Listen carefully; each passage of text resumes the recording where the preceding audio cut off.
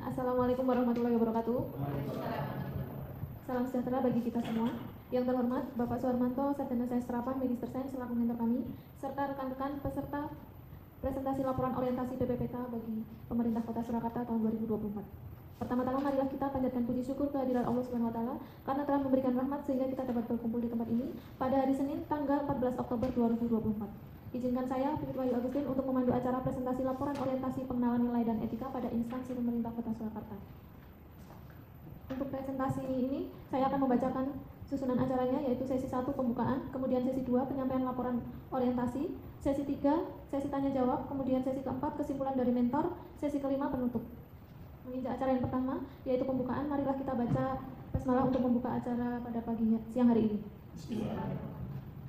Menginjak acara yang kedua, yaitu penyampaian laporan orientasi pengenalan nilai dan etika yang akan disampaikan oleh Martiana Fadilasari. Waktu dan tempat kami persilahkan.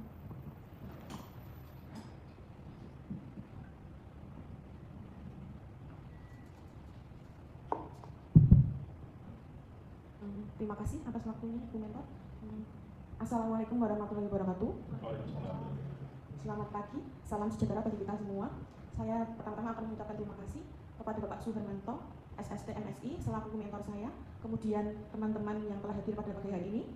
Izinkan saya menyampaikan hasil seminar laporan orientasi pengenalan nilai dan etika pada instansi pemerintah bagi P3K di lingkungan pemerintah Kota Surakarta tahun 2024.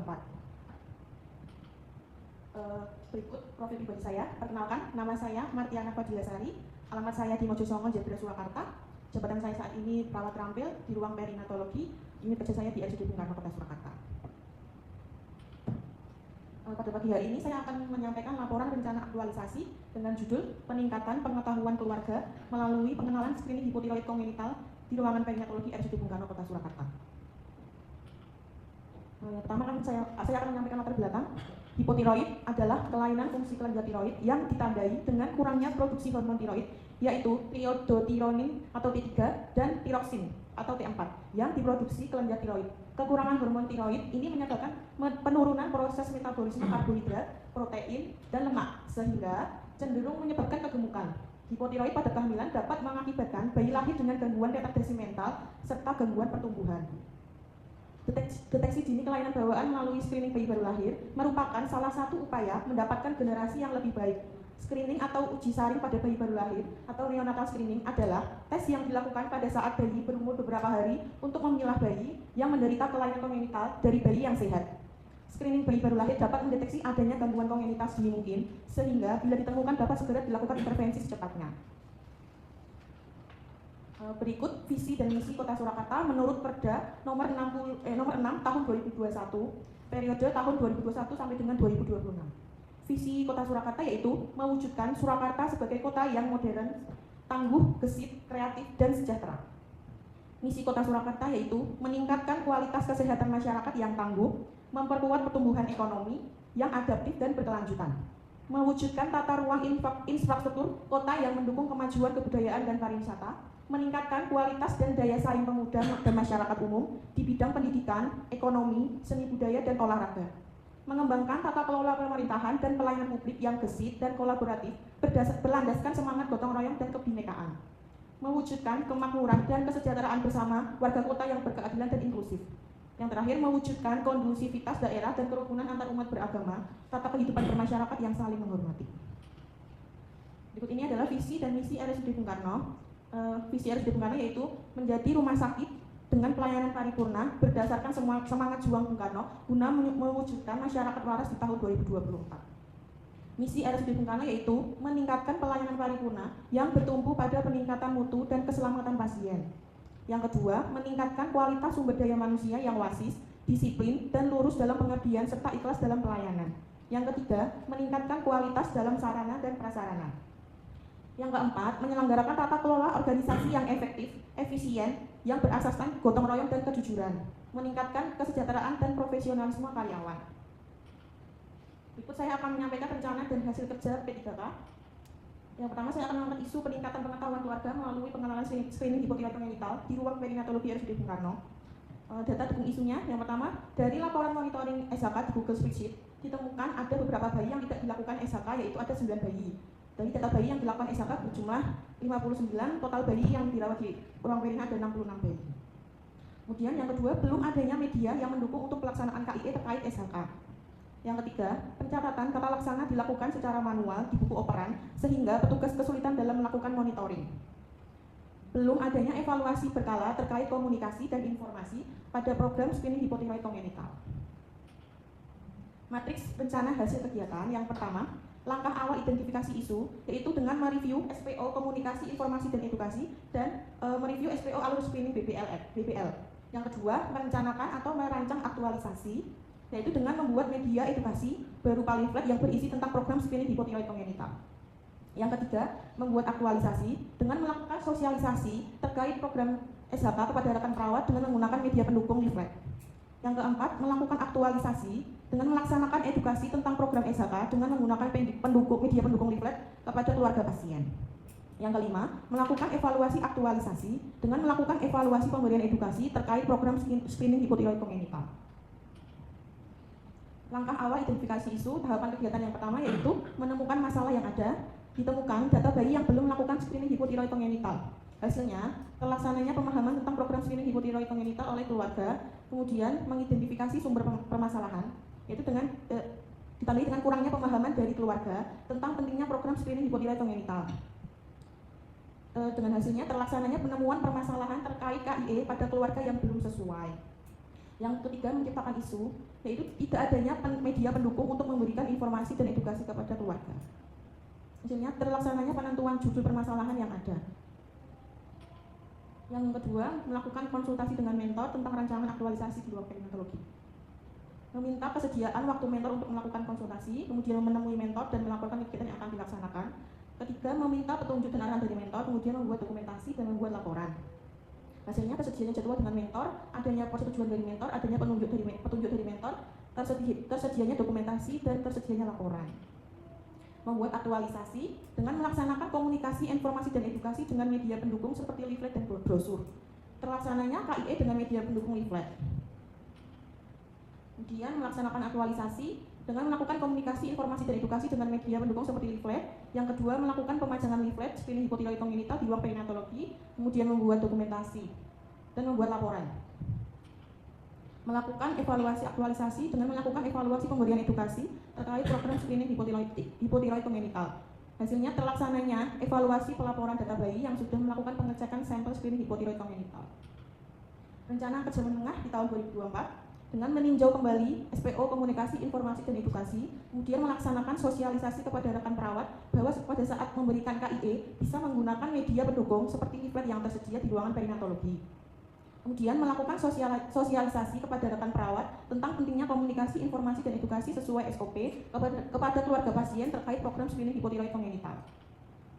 Di tahun 2025 dan 2026 melakukan sosialisasi kepada rekan perawat bahwa pada saat memberikan KIE bisa menggunakan media pendukung seperti leaflet yang tersedia. Kemudian bekerja sama kepada kepala ruang perinatologi untuk melaksanakan KIE kepada keluarga pasien terkait program screening hipotiroid congenital. Kemudian melakukan monitoring dan evaluasi pelaksanaan peningkatan pengetahuan keluarga terkait program screening hipotiroid congenital melalui sosialisasi yang optimal. Di tahun 2027 dengan bekerja sama dengan kepala ruang perinatologi untuk pelaksanaan KIE kepada keluarga pasien terkait program screening hipotiroid congenital. Yang kedua, melakukan monitoring dan evaluasi pelaksanaan peningkatan pengetahuan keluarga terkait screening hipotiroid congenital melalui program SHK yang sudah melalui sosialisasi yang optimal. Di tahun 2028 melakukan monitoring dan evaluasi peningkatan pengenalan kepada keluarga melalui program SHK yang dilakukan secara optimal dengan hasil meningkatnya pengetahuan keluarga terkait program SHK dengan melakukan komunikasi dan edukasi menggunakan media pendukung leaflet. Terima kasih.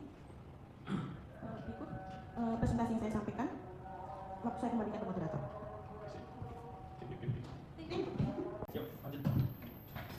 Baik, terima kasih untuk materi yang disampaikan. Hingga sesi ketiga yaitu sesi tanya jawab untuk teman-teman dan Bapak Mentor, silakan.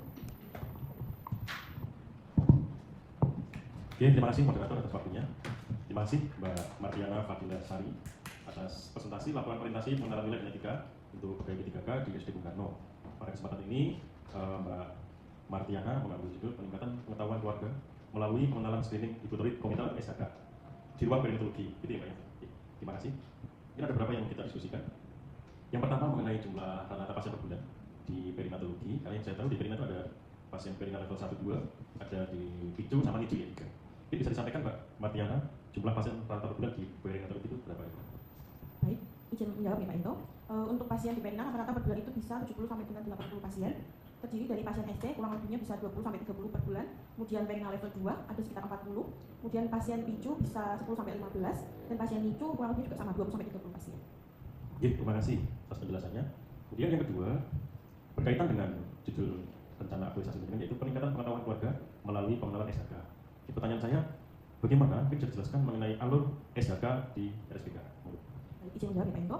Yang pertama, kita sebagai petugas melakukan informasi dan edukasi dulu kepada keluarga pasien. Setelah keluarga pasien paham dan setuju untuk dilakukan SHK, akan kita lakukan untuk pengisian inform konsen persetujuan tindakan, kemudian mengisi di form 7.1 untuk edukasi. Itu. Kemudian yang kedua, melakukan pengecekan SHK pada bayi di usia 48 jam sampai 72 jam atau di usia 2 sampai 3 hari. Kemudian akan kita ambil sampelnya dari tumit ataupun dari vena. Kemudian akan kita teteskan di kertas saring yang tersedia. Setelah itu kita mengisi web dari RS Sarjito yaitu Sihalo, karena nanti sampelnya akan dikirim ke Sarjito. Kemudian setelah kita input, sampelnya kita kirim ke laboratorium RSUD Bung Karno nanti untuk dikirimkan ke Sarjito melalui Dinas Kesehatan Surakarta. Gitu Pak Ento. Ya, siap, itu rujukan pemeriksaan SHK ini ada di Rumah Sakit Sarjito ya, di Jogja. Oke, terima kasih atas penjelasannya. Kemudian satu lagi, adakah dampak yang mungkin bisa terjadi jika pasien mengalami hipotiroid kongenital? Menjawab, ada dampaknya dikarenakan hormon hipotiroid itu kan berfungsi sebagai metabolisme, terus penghasil panas di tubuh, kemudian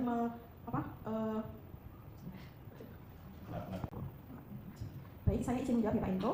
Ada dampak dari hipotiroid kongenital yaitu dengan kekurangannya hormon, karena hormon hipotiroid itu kan berfungsi sebagai penghasil panas, metabolisme dalam tubuh, kemudian pertumbuhan dan perkembangan otak serta pertumbuhan tulang dan syaraf. Jika bayi dengan hipotiroid kongenital itu terpapar, bisa menyebabkan kegagalan pertumbuhan atau perkembangan bayi. Ditandai dengan retardasi mental, kemudian EQ menurun, setelah itu kesulitan berbicara, berdiri, berjalan, duduk, berbeda dengan bayi normal seperti yang lainnya. Terima kasih Mbak Martiana atas jawaban dan diskusinya. Sudah cukup jelas ya dan lengkap. Dari saya cukup, moderator. Waktu saya kembalikan ke moderator. Terima kasih Mbak Martiana dan Bapak Suharmanto. Kemudian menginjak sesi keempat yaitu kesimpulan dari mentor kepada Bapak Suharmanto, disilakan. Terima kasih moderator. Juga terima kasih Mbak Martiana atas presentasi juga diskusinya. Tadi sudah luar biasa. Harapannya laporan orientasi pengenalan etika ini dengan judul peningkatan pengetahuan keluarga melalui pengenalan SHK bisa dilakukan aktualisasi dengan rencana yang mana kita mengambil untuk rencana kegiatan menengah mulai 2024 sampai 5 tahun ke depan. Saya berharap segera bisa berlaksana dengan baik dan lancar. Tentu ini akan memberikan kontribusi kepada visi dan misi pencapaiannya visi-misi RSUD Bung Karno, dan kemudian dan cukup penting juga yang mengenai output dari semua kegiatan di rumah kita adalah untuk peningkatan mutu dan keselamatan pasien. Sekali lagi selamat Mbak Martiana sudah bisa mempresentasikan dan menjawab semua pertanyaan juga diskusi.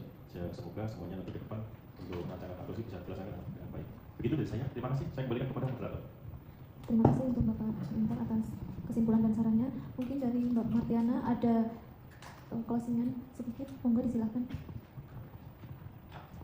Baik, saya akan menyampaikan terima kasih kepada Pak Mentor, Bapak Suharmanto, SSD MSI sudah mementori saya selama ini, kemudian sudah meluangkan waktu ke sini untuk saya menyampaikan sebenarnya hasil laporan, kemudian kepada teman-teman semua yang saya banggakan, terima kasih atas waktu luang yang diberikan kepada saya. Terima kasih. Alhamdulillah, acara presentasi laporan orientasi pengenalan nilai dan etika pada instansi pemerintah bagi PPK Dinas Kesehatan Kota Surakarta sudah terlaksana dengan baik. Kiranya apa yang disampaikan pada presentasi hari ini bermanfaat bagi kita semua. Saya selaku moderator mengucapkan terima kasih. Wassalamualaikum warahmatullahi wabarakatuh. Waalaikumsalam.